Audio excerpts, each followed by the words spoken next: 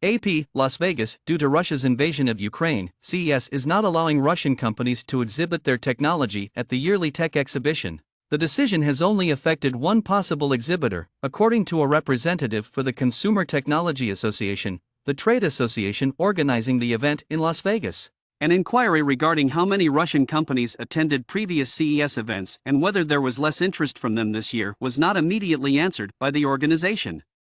About 30 nations have sanctioned Russia as a result of the invasion, including the United States. Shapiro, who had a pin of the Ukrainian flag on his jacket lapel, stated in an interview that a lot of people from all over the world want to help Ukraine.